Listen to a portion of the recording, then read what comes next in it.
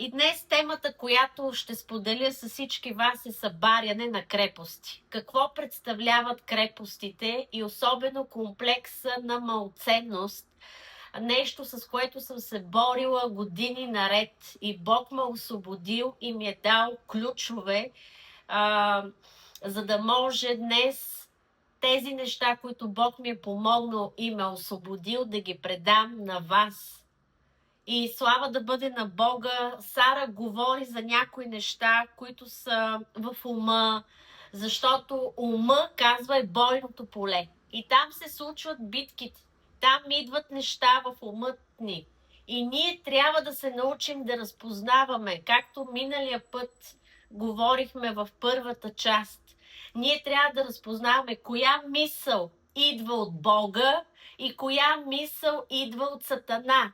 Тоест има две неща. Мисли, които са добри, със сигурност те са от Бога, а мислите, които са негативни и зли, те са от врага. И ние трябва да знаем, че както идва от Бога мисли, така идват от Сатана, нашия противник. Затова нека наистина Бог да ни даде разпознаване. Да разпознаваме кое е добро и кое е зло. И когато идва тази мисъл, ние да се бориме. И ние да кажеме, тази мисъл не я приемам в живота си, защото е негативна, не е от Бога. А какво правиме? Когато идват тези мисли, ние ги приемаме. Съгласяваме се с тези лъжи на Сатана. Както казва един проповедник, нека нашия ум да не е кошче за букук, в което кошче идва врага и се изхвърля букука. Нека да бъдем внимателни. Какво позволяваме в нашия ум да дойде? Какво семе идва? Защото идва врага и посява семена. Идва и Бог чрез Словото си. Сега посяваме семе на Слово в твоя ум, в твоето сърце. Но идва и врага и той сее семена. Така че нека да бъдем от тези хора, които разпознават кои семена са добри и кои лоши. И така, какво са крепостите? Дали има крепости в умът ни? Как да ги съборим тези крепости? Как да се справим с тези неща? Как аз съм се преборила за тези години? Крепостите в ума, това са погрешни убеждения. Грешни убеждения, които вече са оформили в ума мисловни модели. Това са страхове, лъжи, които се противопоставят на Божията истина. Тоест в крепостите, примерно ще дам, за да го разберете, защото може да не знаете какво е крепост. Примерно идва страха, в умът ми казва: ти сега си сама, както е било при мене, давам пример от живота си, ти сега си сама, когато е тъмно, аз не можех да стоя сама. Идва сега тази мисъл: ти си сама, как ще спиш? Или тъмно е, какво ще стане с тебе? Идва тази мисъл и тъй като в мене този страх работеше, аз си казвах: о, да, наистина, аз се съгласявам с тази мисъл, която идва от врага, нали така, не от Бога, идва от врага и аз се съгласявам с тази мисъл. Как ще спя? Идва страха и те атакува чрез мисли. И когато тези мисли, това е много важно да го разберете, когато тези мисли останат в нашия ум, те се превръщат в крепости. Тоест, това са вече изградени модели в умът ни. Това е крепостта. Крепост на страх.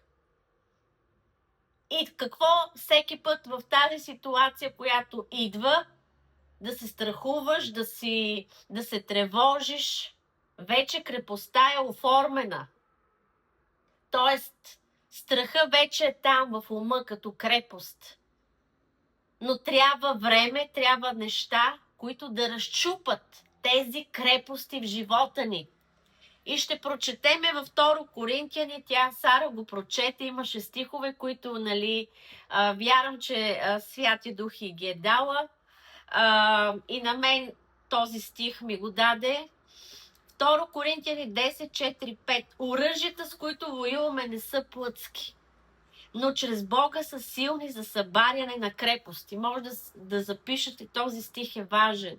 2 Коринтияни 10, 4, 5.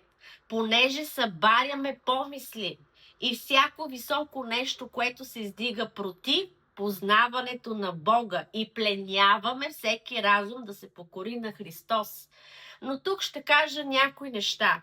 Тоест, Бог ни е дал оръжие, ние трябва да разберем, че нашите оръжия са духовни. И тук казва, те не са плътски, но са какви силни оръжия. Значи Бог ни е дал оръжие, с които да воюваме срещу тези мисли, тези крепости, тези модели, които са вече изградени в умът ни. И може всеки един да разбере сега, имам ли крепост в живота. Аз ще дава примери. Имам ли крепост? Как да ги съборя? Какво оръжие да използвам? Как да воювам? За да може всичко това, което е изградено вече в умът ми, да бъде съборено. И казва, че тези оръжия са силни за събаряне на крепости.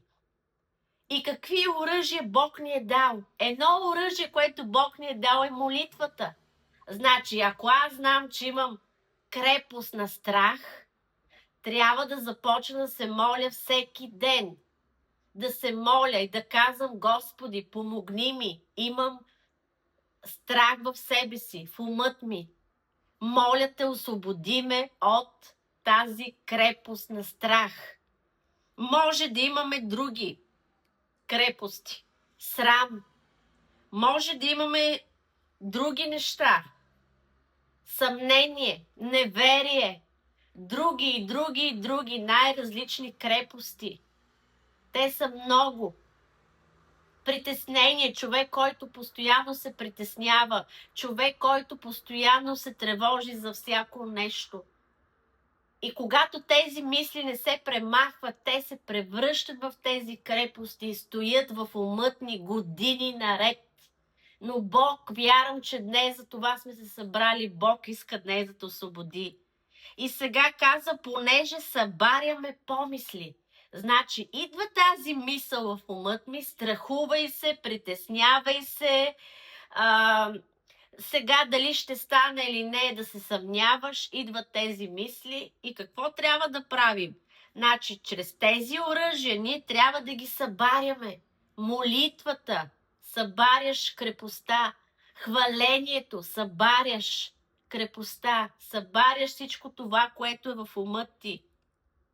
Защото казва, това е високо нещо. Крепостите в ума, те са високо място.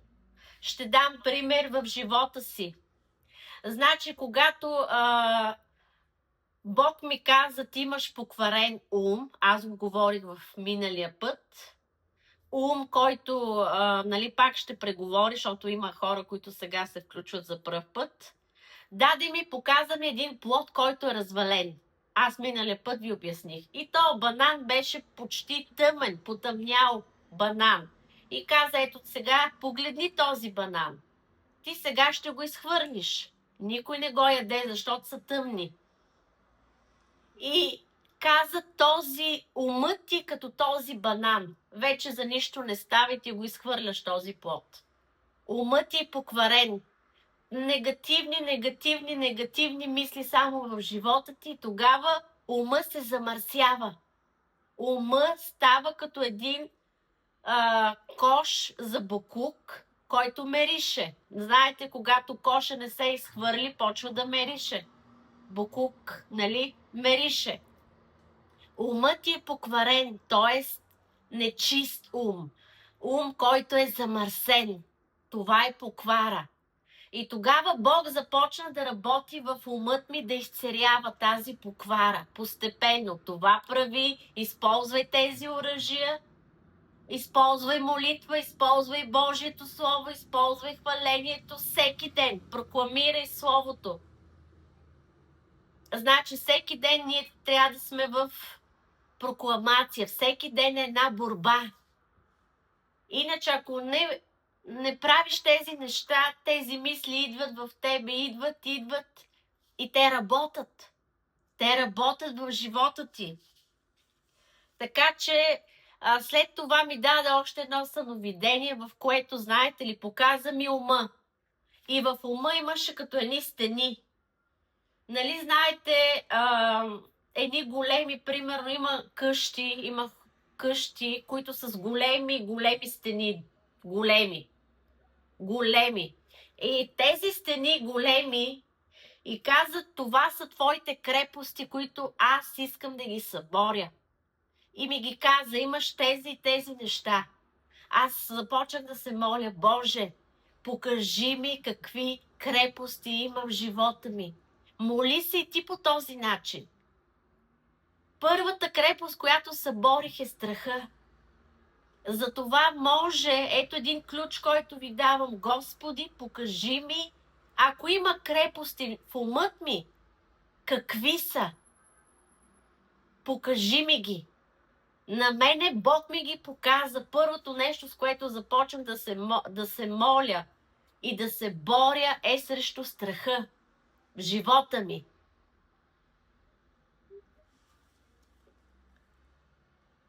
Сега, следващото нещо може да имаш в крепост на вина, осъждение. Постоянно се осъждаш. Примерно нещо е станало в живота ти. Пропуснала си нещо да направиш. Обикновено родители към деца. Пропуснали са да възпитат добре децата си, след това идват някакви проблеми. Наскоро една майка каза, не мога да се оправим с синът ми, постоянно е на игрите денонощно. И тя се осъждаше, обвиняваше се. Ето това е една мисъл, една крепост, която постоянно ти се обвиняваш, че си пропуснал да се справиш или пропуснал си някакви неща в възпитанието на децата си, в семейството си, вина, осъждение. След това неверие, отчаяние. Това са всякакви такива крепости, които са в умът ни и Бог иска да ги събори. Тоест, ние използваме оръжията, които Бог ни е дал. После ще говорим по-подробно. Дълго време се борих и с комплекса на малоценност. Какво означава комплекси на малоценност? Означава, че идват в ума ти мисли. Аз не съм ценна, незначителна съм, едно нищо си, неспособен си да се справиш тези неща. Ако се сравняваш постоянно с други хора, други жени, които могат това и това да направят, ти примерно не можеш това да го направиш, имаш нужда от одобрение, подценяваш твоите способности. Това е комплекса на малоценност. Още веднъж ще го прочета. Не си ценен, ако има тази мисъл, че не си ценен, незначителен, все едно си едно нищо. И дълго време идваше врага и ми казваше, ти си едно нищо. Ти не можеш да се справиш с тези неща. И какво? Това вече се превръща в комплекс на малоценност. Незначителен си. И постоянно се сравнявах с другите жени. И Святия Дух ми каза, спри да се сравняваш с тези хора. Ти си ценна за мене и в теб има потенциал, който аз искам да използвам. Спри да се сравняваш с други хора. Че те това правят, а ти не можеш това да направиш, че те са по-добри от тебе, а ти не го правиш както трябва. Имаш нужда от одобрение, имаш нужда от оценка. Има ли в живота ти комплекси на малоценност? Това е нещо в ума ти, което е високо издигнато и Бог днес иска да се събори. И ние ще се молим накрая с такава молитва против тези комплекси на малоценност. Тогава Святия Дух ми каза едно нещо. Ти си приета от мен, ти си обичана и ти си скъпоценна.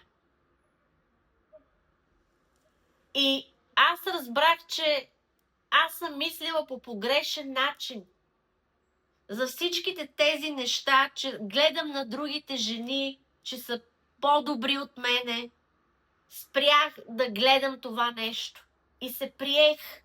Ти трябва да приемеш себе си, че в теб има потенциал. Не трябва да се сравняваш с други жени, с други хора, които примерно могат да проповядват или могат да хвалят Бога, пък ти примерно не можеш това. Да, но ти пък можеш други неща. Аз мога едни неща, ти можеш други неща. На всеки Бог е дал някакъв потенциал, дарби, неща, с които Бог ни е дал, за да служиме един на друг, за да си служиме. Така че не гледай, примерно, че аз имам някакви неща, пък ти нямаш. Ти имаш друго нещо, което е ценно пред Бога. Това днес трябва да повярваш, че Бог и да приемеш, че Бог ти е дал неща, които са ценни. И Той ги оценява. И ти трябва да ги оценяваш. Амин. Защото ако първо ти казваш, искам това, което другия има, ама Бог, ако не ти го е дал, няма как да стане. Извинявайте да попитам, вие дали чувате? Аз нищо не чувам. Има звук, Таня, няма проблем. Така, значи спри да се сравняваш с други жени и приеми това, което Святия Дух ми каза, е приеми се такава, каквато си. Приеми се такава, каквато си. Спри да гледаш на другите. Ти имаш потенциал и Бог иска да го използва. Амин. Ако може да изключите звука, микрофоните си, да не става смущение, че все пак и записвам това видео. Не знам после какво ще излезе. И така аз разбрах, че трябва да се приемам такава, каквато съм, защото аз съм създадена по образа на Бога. Халелуя! Ти също си създадена по образа на Бога. И в теб има неща, които Бог иска да използва.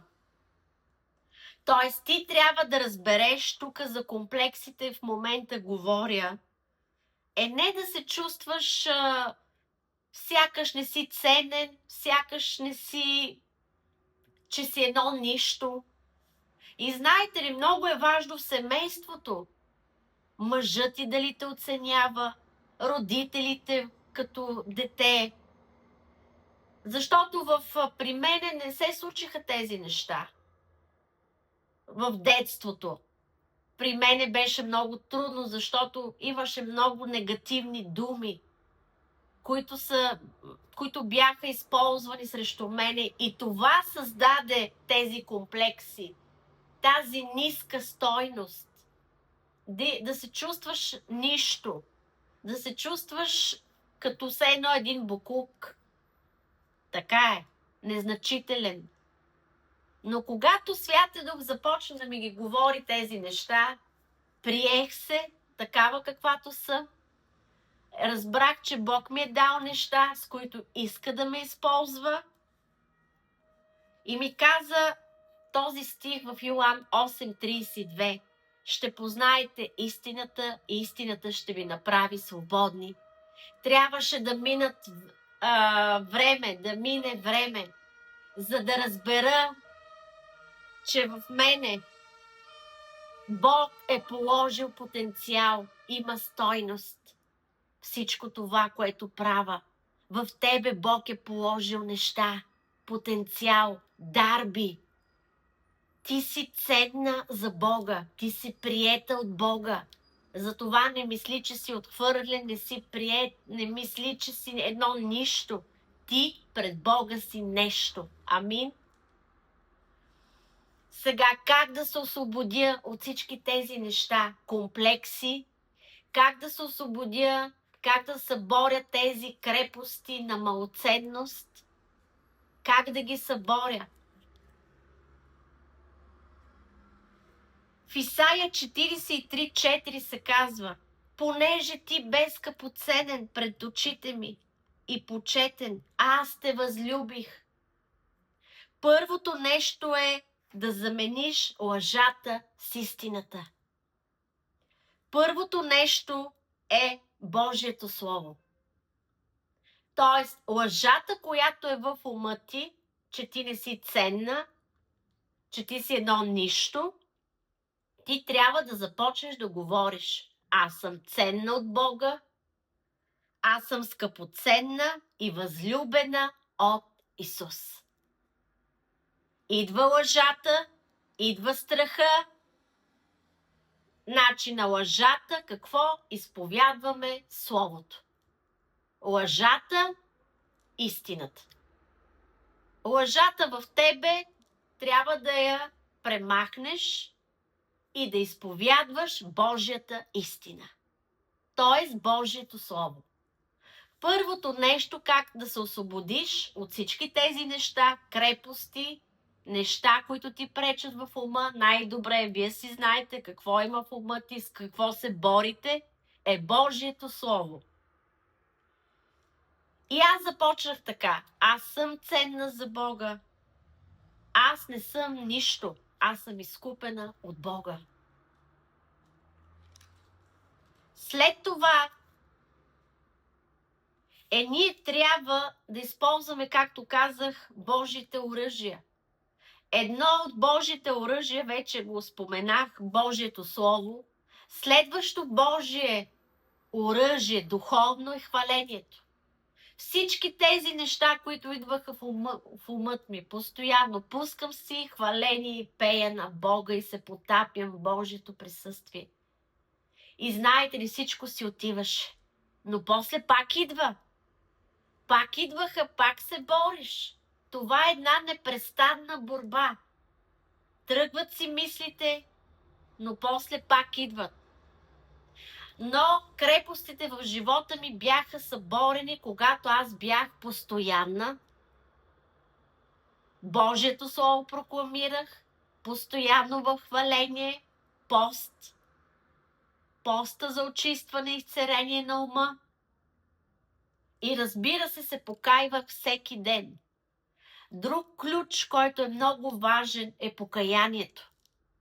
Защото ние приемаме всички тези лъжи. Приемаме страховете, правиш неща, идва непрощението. Трябва да се покаеш всеки ден, защото чрез умът ти приемаш лъжите на Сатана. Затова е нужно всеки ден покаяние, всеки ден заставайки пред Бога да се покайваш за греховете си. Да не правиш компромиси с греха, защото оттам и постоянно ще бъдеш атакуван.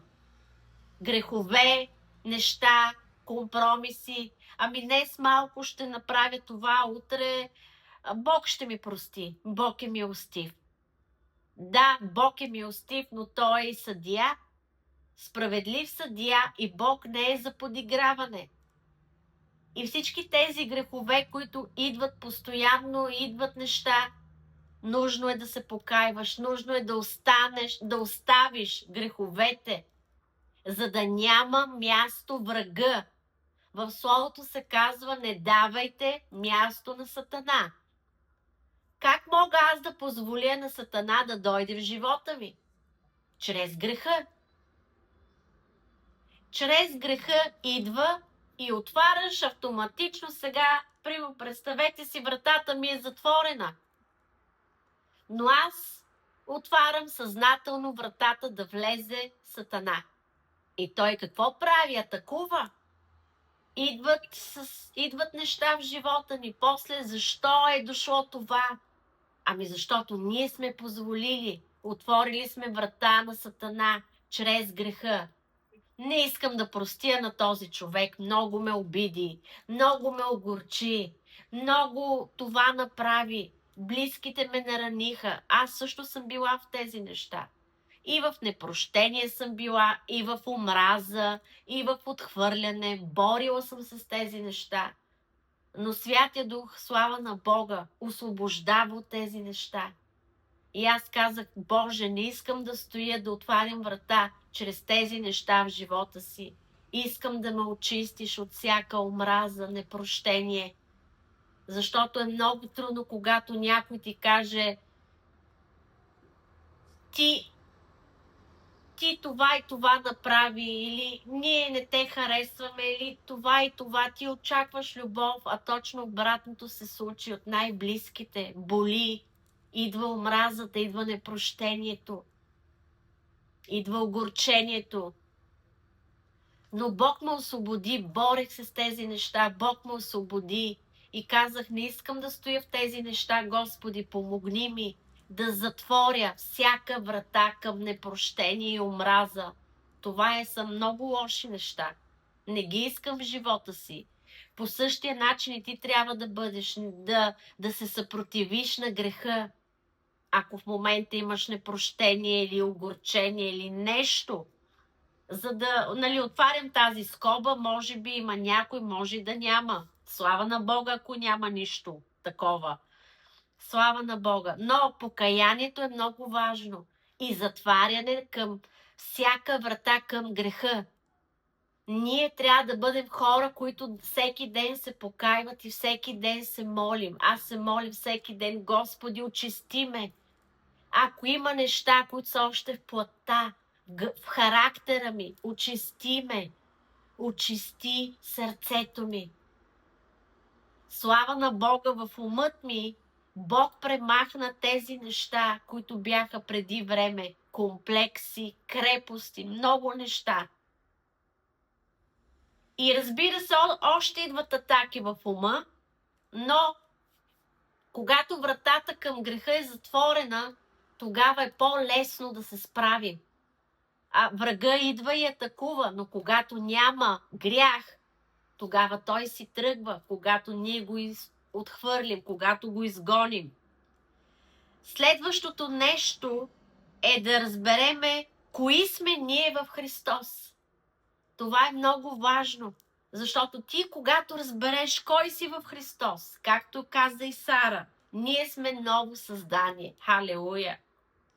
Във 2 Коринтияни 5:17, ако някой е в Христос, той е ново създание. Той е стария човек, старата Ваня, която примерно е правила някои неща. В православни семейства сме израснали. Отивай там, отивай на врачки, отивай на гледачки. Не ги знаехме тези неща. Но сега вече знаеме, че не е правилно това и това да правим. Вече ние сме нови създания. И за това вече ние трябва да започнем да мислим, както Исус мисли. Божието Слово ни казва: мислете за горното, а не за земното. Така че ние сме нови създания. Ти не мислиш преди, че ти си била това и това. Стария човек е бил това и това. Сега вече те са променени. Амин. В Исус вече има промяна.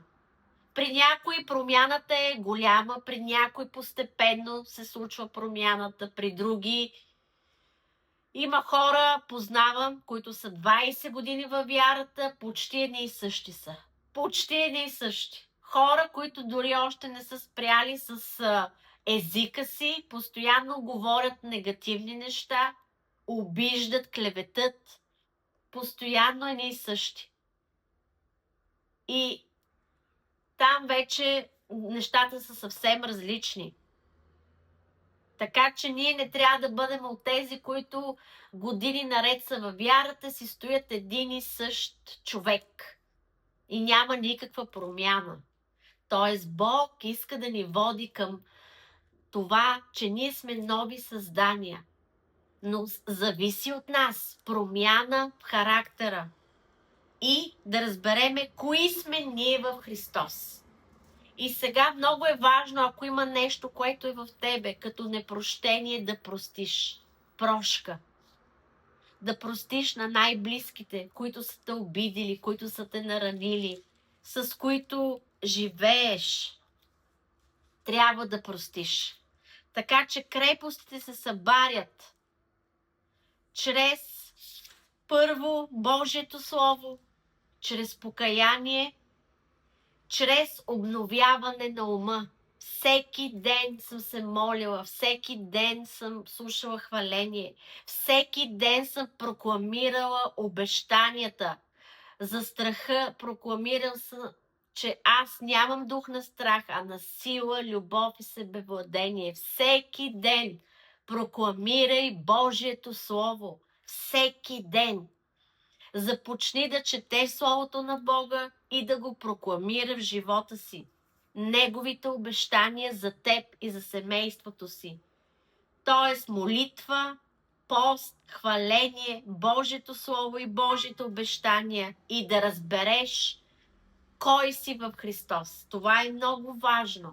Не да мислиш, че си нищо, а да разбереш, че ти си в Христос ново създание и че ти в Бога ти вече си различен. Че ти си ценен от Господа.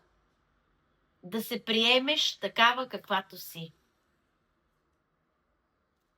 Друго важно нещо е да се заобиколиш с хора, които да те подкрепят. Защото ако твоите приятели са само светски хора, не очаквай, че ти ще се промениш. Обгради се с хора, които ще ти помагат, които ще те подкрепят, с които можеш да се молиш, с които да растеш. И така завършва Филипяни 4.13. Всичко мога чрез онзи, който ме укрепява. Това е един от любимите ми стихове. И дълго време дявол ми казваше, ти нищо не можеш, ти си неспособна да направиш това и това. Но знаете ли, когато аз се борех с тези неща, тогава дойде Святия Дух и ми каза, не ти можеш, но аз чрез теб. Не ти можеш да направиш нещо, но аз чрез теб. Аз мога всичко. Тоест, ние трябва да оставим всичко Бог да направи в живота ни, чрез Него. За да се съборят крепостите, мили сестри, е водителство на Святия Дух. С това ще завърша. Святия Дух ще те води. Така че много е важно в тези борби, които съм имала и с които постоянно той ми е говорил, направи това, слушай хваление, сега молитва, сега пост за изчистване, за изцерение, прокламирай Словото му, това. Святия Дух. Святия Дух ще те води. Моли се всеки ден. Господи, какво да направя? Как да се преборя с тези неща? Как да ги съборя? И той ще ти каже. Словото, хвалението, поста. Слушай от Духа какво ще ти говори. Той ще те води. Амин.